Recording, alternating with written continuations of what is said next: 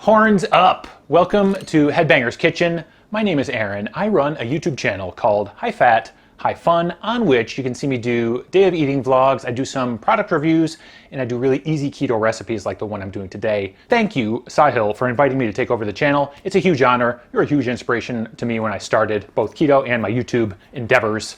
Anyway, today it's baby back pork ribs.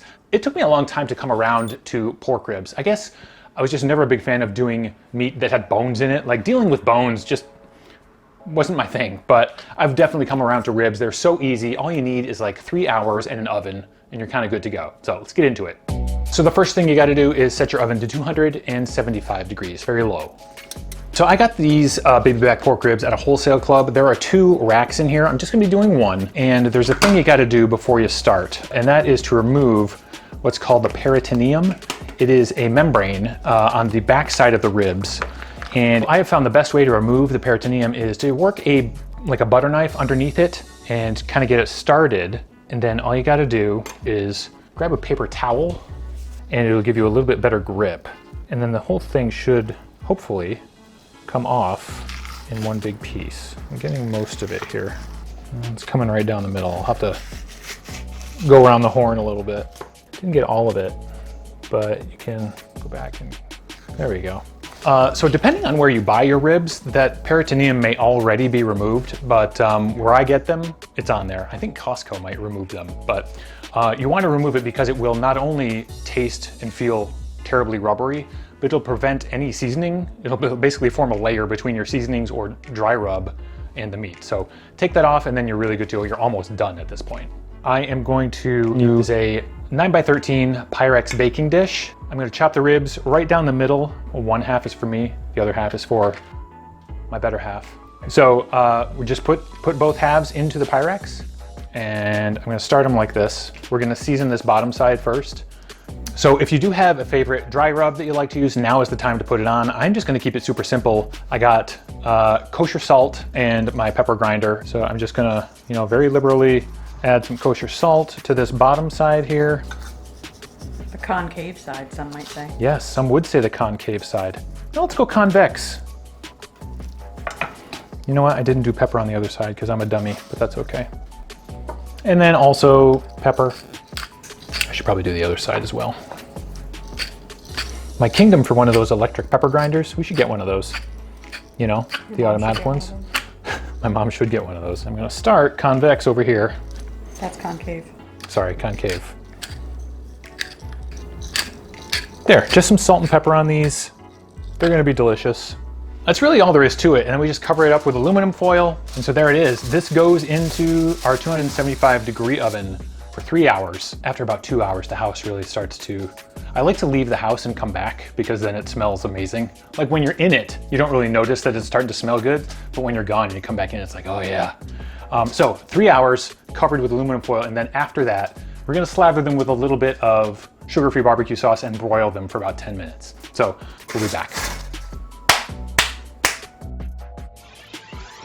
Okay, it has been 3 hours. I've gone out, I've come back. The house smells great. They're about to come out. Wait for it. There we go. And I'm gonna set the oven to broil. So put it on high. There are gonna be a lot of juices in here, which you can totally save. You can use it as a stock and save it for a rainy day. Oh, fogged it up again. Okay, so we're just gonna slather on about a tablespoon per side. We are down to the last of our sugar-free GHUs. This is another one we've been using. This is Sweet Baby Ray's. It's sweetened with allulose. A couple more carbs, but I kind of like this one. Sarah's gonna get the last of the GHUs here. We've had it upside down for the better part of a half an hour trying to get the last of it to the edge. So I just put about a tablespoon on. Blapped it. And then I got my little silicone brush here and I just kind of give it one of these. And I'll try to get a little bit more. We're gonna flip it over here and we'll put the rest, whatever I can get out of this bottle, basically, on this backside. I don't know that there's a ton left here. Might have to go with the other brand. We're crossing the streams. Yeah, just kind of brush it on. This smells Amazing. Okay, I'm gonna start on the opposite side with this one. Concave side. Give it a little bit of brush love. Oh my God, it smells so good. And then I'll flip her back over. So just give it a nice even coating. I like to put a little bit more on this top side. This is the one I'm having. I'm gonna put a little bit, a touch more. So that's roughly, you know. You're gonna double it. Well, I don't know if that's quite doubling it, but I at least have 1.5 servings of barbecue sauce on there. Okay, and now we're just gonna put this stuff in for 10 minutes. Hopefully my underwear is not showing. Is it?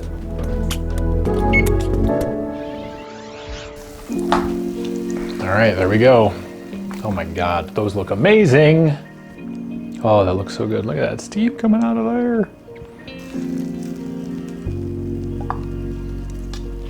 Something I learned the last time I made these is that I had this Pyrex dish under the broiler for about 10 minutes and then took it out, took the ribs out, put them on plates, and then put the Pyrex dish in the sink and ran some cold water onto it. It shattered. I didn't think Pyrex would do that, but let it cool down a little bit before you start cleaning up.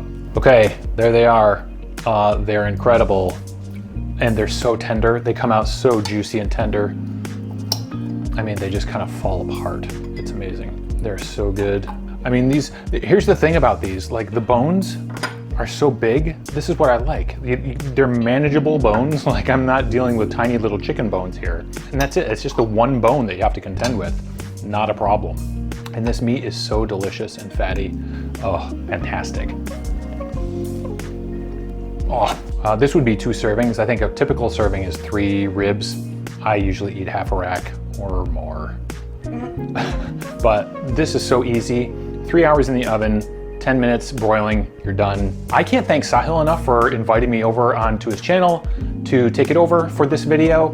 If you want to check out my channel, including an interview I did with Sahil, you can check it out right there. I have a video podcast that's also an audio podcast called Convos. There'll be a link to both of those in the description. You can check out my YouTube channel. It's High Fat, High Fun, where I do day of eating vlogs. I do some product reviews. I do simple recipes like this one. That's pretty much it, guys. Thanks so much for watching. Thanks, Sahil, again. I'll see you guys later.